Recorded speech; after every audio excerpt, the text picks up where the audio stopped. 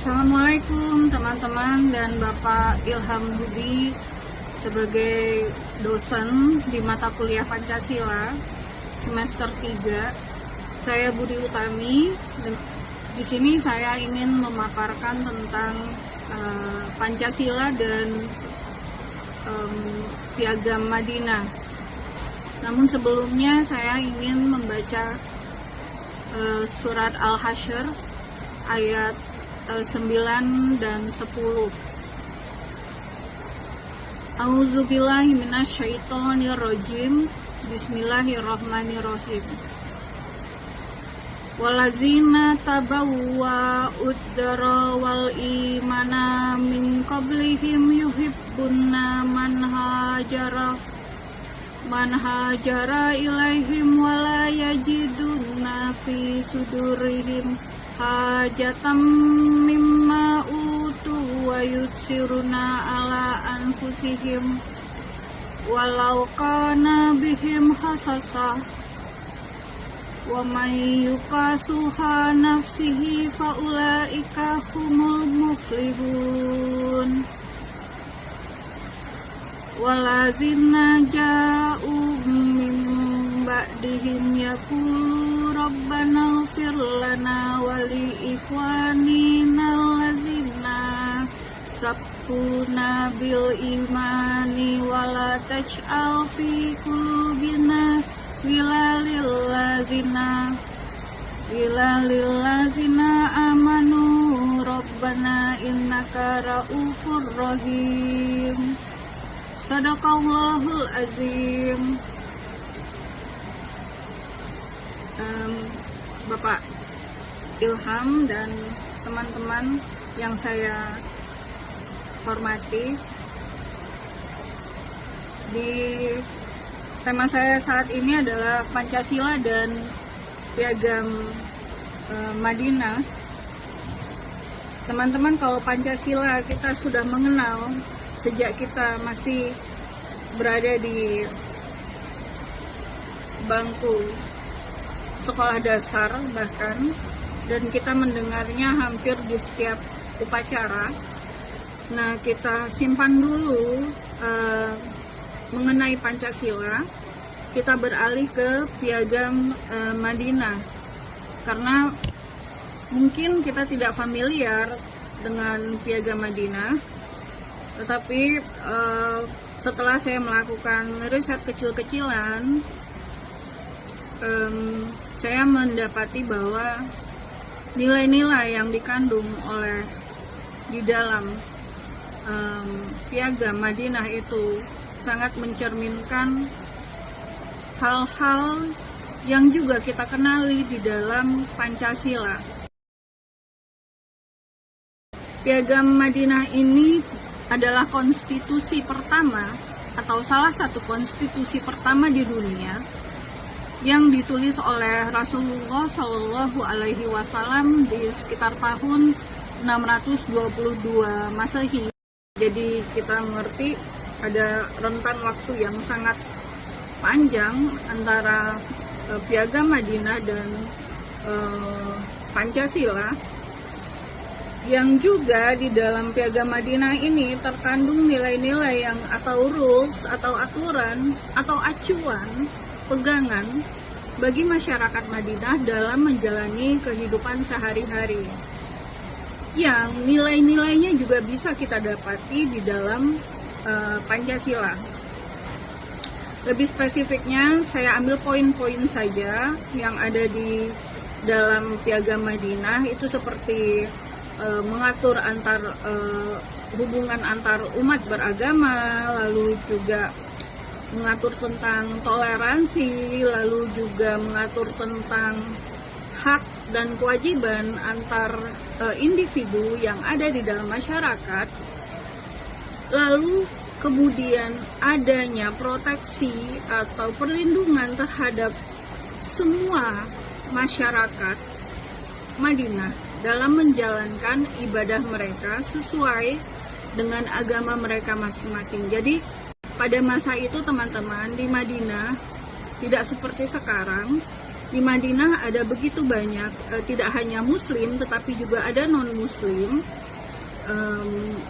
Jika sekarang kita mengenal Madinah sebagai tanah haram yang kemudian tidak boleh dimasuki oleh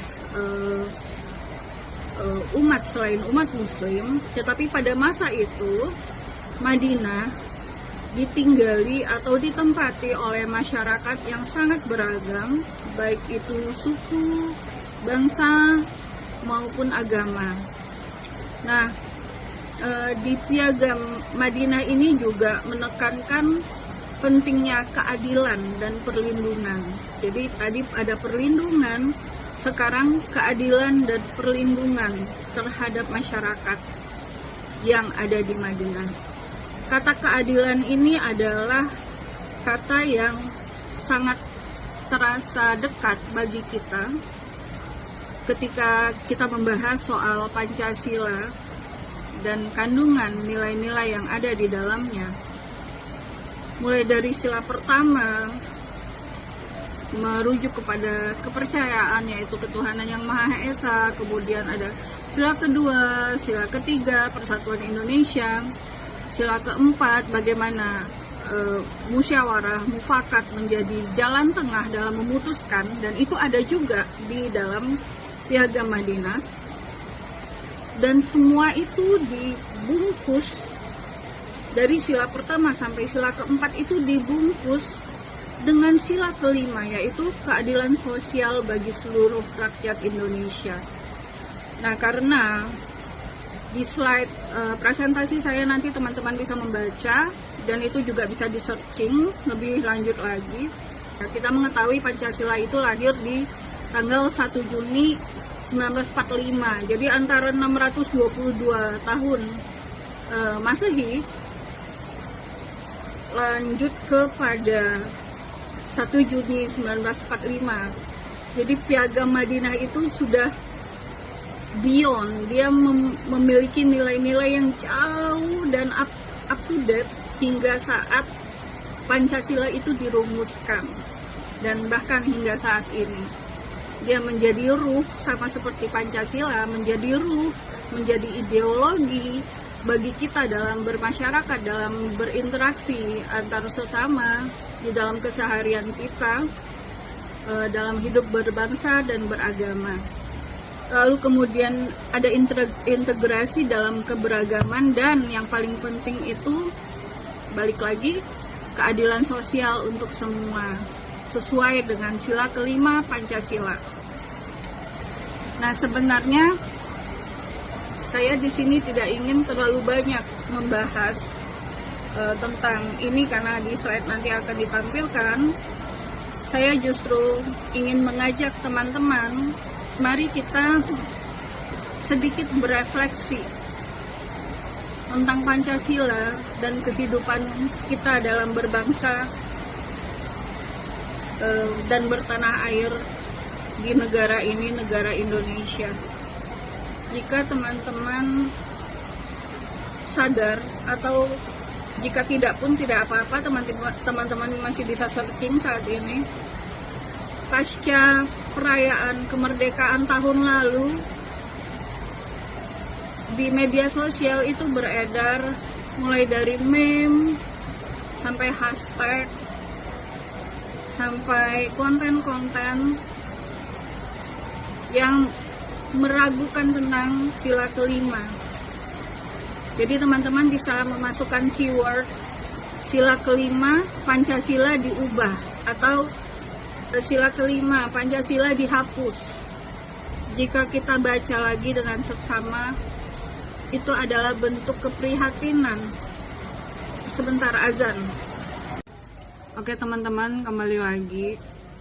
Hal itu muncul baik konten, hashtag maupun meme, itu adalah bentuk dari kekecewaan dan protes dari rakyat Indonesia. Keraguan ada di sana. Apakah negara ini masih hadir di dalam segala lini kehidupan masyarakatnya, kehidupan rakyatnya. teman-teman tidak perlu harus pergi ke pedalaman atau ke tempat-tempat terpencil, tidak perlu bekerja seperti Uut, seperti saya yang lebih banyak berada di tempat-tempat terisolir untuk mengerti apa yang sebenarnya sedang kita hadapi secara bersama-sama. Tolong dibuang dulu pandangan teman-teman tentang kehidupan keseharian teman-teman di kampus, di kota. Walaupun juga ada masalah, tetapi ada hal urgent yang lebih penting, yang lebih urgent yang terjadi sebenarnya pada bangsa ini. Sebut saja tentang PSN misalnya. Baru 2 hari yang lalu ada 9 PSN yang ditambah lagi di segala tempat. Meskipun kita tahu Indonesia ini terdiri dari sekitar 17.000 pulau besar dan kecil, dan ada sekitar 7.000 masyarakat adat dan bahasa yang kita miliki. Kita juga memiliki kekayaan sumber daya alam yang tidak main-main. Tapi ketika kita berbicara PSN, Proyek Strategi Nasional, strategis katanya. Untuk siapa? Jika untuk memulai proyek itu, rakyat harus digusur dulu, ruang hidupnya harus dirampas dulu, konflik harus ada dulu, kekerasan, intimidasi, kriminalisasi terjadi di mana-mana. Misalnya di Pulau Komodo, itu termasuk proyek strategis nasional yang di awal-awal ya. Saya punya teman di pulau yang tinggal memang di Pulau Komodo itu. Dia seorang guru SD. Dan pada satu hari saya melihat postingannya bersama masyarakat di desanya itu melakukan protes terhadap pembangunan pariwisata premium. Ya, ada villa, ada hotel-hotel yang akan berdiri megah di sana. Sementara masyarakat adat di sana yang sudah hidup ratusan tahun hidup berdampingan dengan komodo itu sendiri, karena dalam kepercayaan mereka komodo adalah kembaran dari mereka, saudara dari mereka. Dan perlu teman-teman kita sadari bahwa di dunia ini Pulau Komodo itu dengan binatangnya komodo itu hanya ada di Indonesia. Apakah proyek itu benar strategis untuk masyarakat? Ketika Pulau Komodo kemudian ditetapkan sebagai taman nasional oleh pemerintah, mereka menerima dengan segala aturan. Ketika mereka akan membangun rumah, mereka mendapatkan kesulitan ya, karena itu berada dalam kawasan taman nasional. Mereka mafhum, mereka ikuti. Tetapi kemudian ada proyek besar dengan pembangunan villa, hotel yang megah. Wajar kalau mereka bertanya dan melakukan protes kepada negara. Karena mereka mau protes kemana lagi? Itu baru satu contoh, teman-teman. Dan jika 2 hari yang lalu bertambah menjadi 77 PSN di seluruh Indonesia saat ini, wajar di berbagai tempat di mana PSN itu akan dilakukan, akan dilanjutkan, terjadi penolakan. Ada ruang-ruang hidup masyarakat yang terampas di sana.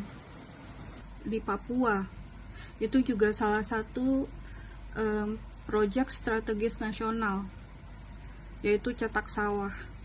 Bagaimana kemudian pemerintah mengganti hutan-hutan sagu di Papua yang menjadi sumber makanan utama mereka, dan menjadikan hutan sagu itu sebagai sawah. Sementara kita mengetahui masyarakat Papua sangat bergantung dengan hutan, dan hutannya ya hutan sagu dengan keanekaragaman jenis tumbuhan yang lain juga di dalamnya.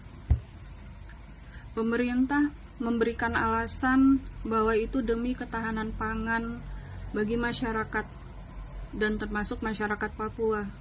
Sementara kita mengetahui Papua itu makannya sagu, dan itu mengakibatkan deforestasi besar-besaran di Papua. Wajar kalau kemudian masyarakat mempertanyakan lagi niat pemerintah sebenarnya apa. Apakah benar itu untuk kesejahteraan rakyat? Apakah kemudian konflik yang ditimbulkan atas ambisi itu masih bisa dianggap berkeadilan bagi masyarakat lokal? Negara kita ini kaya, teman-teman. Papua itu emasnya gak habis-habis. Tapi Indonesia hanya punya 51% saham di Freeport. Dan dampaknya buat masyarakat lokal, teman-teman bisa lihat kondisi saudara kita di Papua seperti apa. Apakah kemudian mereka menjadi sejahtera? Coba disebut salah satu saja proyek strategis nasional yang berhasil. Berhasil itu dalam arti tidak menimbulkan konflik yang jelas, dan memang masyarakat merasakan dampaknya. Jadi kenapa saya kemudian lebih ingin fokus mengajak teman-teman untuk merefleksi Pancasila dalam kehidupan kita sebagai bangsa, itu karena itulah hal yang lebih penting daripada sekedar nilai-nilai normatif yang kita baca dari zaman kecil dan kita dengar sampai saat ini. Ketika ada upacara hari kemerdekaan, terasa asing, terasa bukan kita lagi, padahal itu adalah ideologi bangsa kita. Jadi itulah kenapa di slide terakhir presentasi saya,